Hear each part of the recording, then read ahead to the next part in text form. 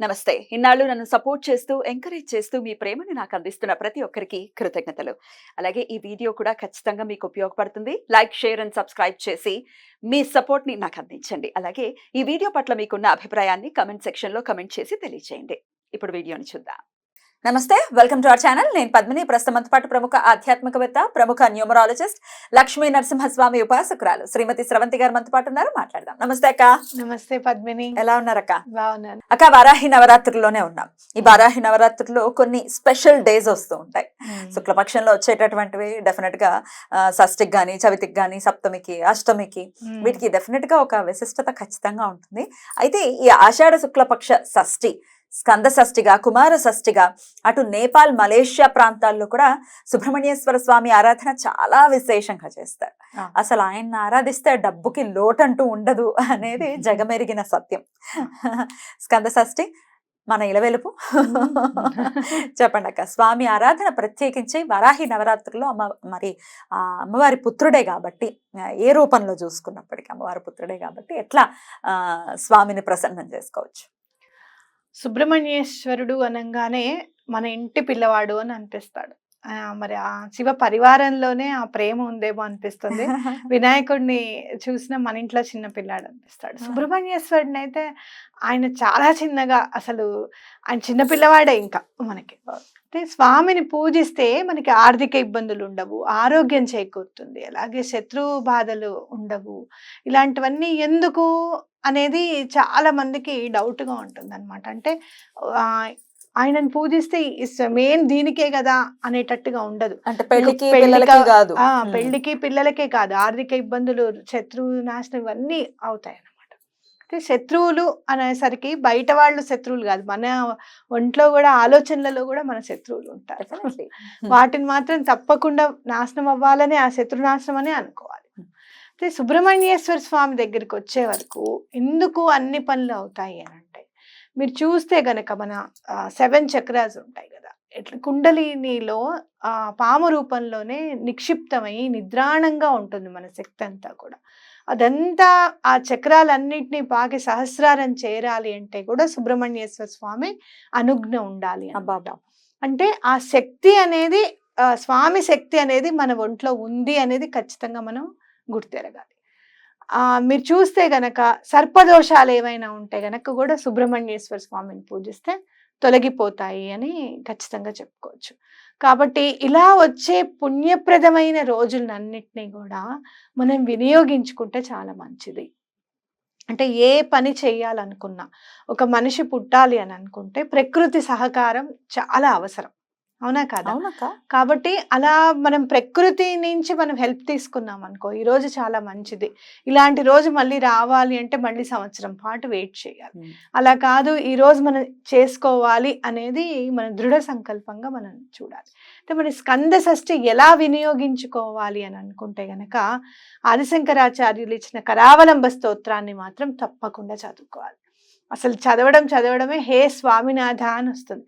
అది వినంగానే నాకు కంచి పరమాచార్య గారు గుర్తుకొస్తారు, ఎందుకంటే ఆయన పూర్వనామం స్వామినాథన్ కాబట్టి. అలాగే కరుణాకర దీనబంధో, కరుణాకరుడు అని. అంటే అసలు భక్తులు గనక కష్టం పడుతుంటే ఆయన చూస్తూ ఉండలేరట. స్వామి వెంటనే పలకరిస్తారు, వెంటనే సేద తీరుస్తారు. కాబట్టి ఎవరికైనా ఆర్థిక ఇబ్బందులు ఉన్నాయి, ఆ రోజు చాలా ఇబ్బందిగా ఉంది మాకు అనుకుంటే, తప్పకుండా సుబ్రహ్మణ్యేశ్వర స్వామి శిల రూపంలో ఉన్న స్వామి దగ్గరికి వెళ్ళి, జంటనాగులు ఉన్నాయి కదా, వెళ్ళి తప్పకుండా స్వామికి అభిషేకం చేయండి. నిజంగా భగవంతుడు ఒక్కొక్కసారి ఎలా ఉంటుందంటే, మనం గర్భగుడిలోకి వెళ్ళలేం, స్వామే మన దగ్గరికి వచ్చి కూర్చొని చెట్టు కింద ప్రతిష్ఠ చేయించుకొని నాకు చేయండి పూజ అని చెప్పి కూర్చున్నారేమో అని అనిపిస్తుంది పద్మిని. అలాగే మీకు హైదరాబాద్ వాస్తవ్యులైతే కనుక తప్పకుండా స్కందగిరి టెంపుల్ కి తప్పకుండా వెళ్ళండి. అక్కడికి వెళ్తే అవ్వని పని అంటూ ఉండదు. అవును, అవ్వని పని అంటూ ఏం పవర్ ఉందక్క. స్వామి ప్రతిష్ఠించారు కదా, మరి స్వామి ప్రతిష్ఠించారు. ఒకటిను గుడి కట్టాలనుకుంటున్నాము అని అంటే, ఈ స్కందగిరి అంటే అది కొండే అన్నమాట, ఇక్కడ కట్టండి అని చెప్పి పరమాచార్య గారే చెప్పారు. ఆ స్థలం కూడా ఆయన ఇచ్చిన, ఆయన కూడా నిజంగా చాలా అదృష్టవంతులు అని చెప్పాలి నిజంగా. ఆయన నేను ఇచ్చేస్తాను గుడికి స్థలం అని చెప్పి ఇవ్వడము. అంత గొప్ప మనసుంటే ఇవ్వగలరు. సెంటు భూమి ఇలా ఒక గజమేమో. అవును. అయ్యో మన పిల్లలకు ఉపయోగపడుతుందేమో అని ఆలోచిస్తాం. అసలు పక్కకు వచ్చి గోడ వచ్చిందంటే ఎన్ని కొట్లాటలు.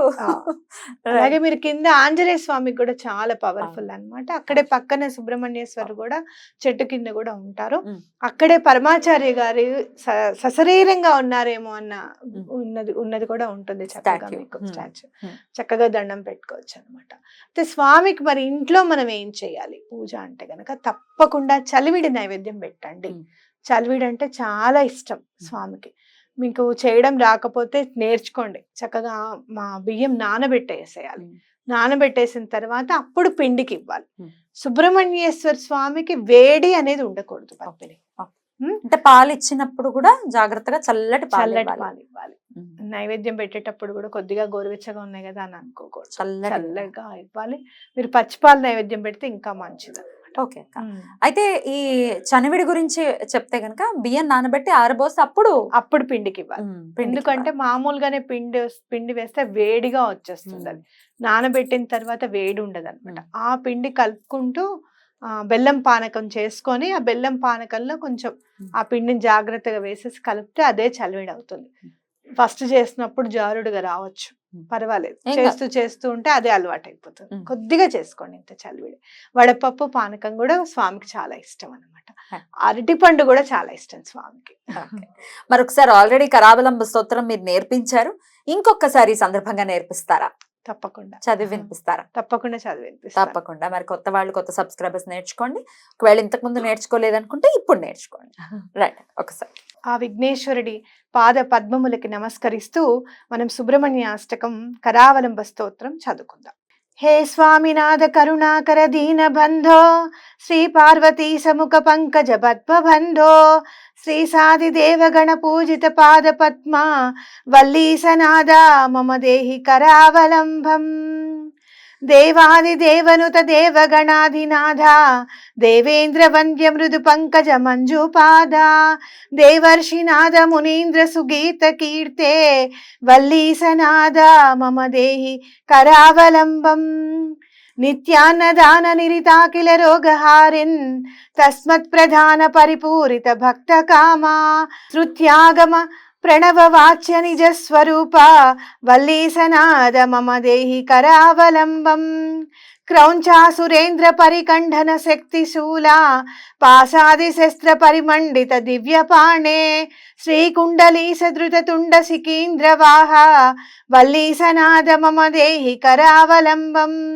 దేవాది దేవరథ మండల మధ్య వేద్య దేవేంద్ర పీఠ నగరం దృఢచాపహస్తం సూరం నిహిత్య సురకోటి భిరీడ్యమాన వల్లీసనాద మమ దేహి కరావలంబం. హారాది రత్నమణియుక్త కిరీటహారా కేయూర కుండలల సత్కవచాభిరామ హే వీర తారక జయామర బృందవంద్య వల్లీసనాద మమ దేహి కరావలంబం.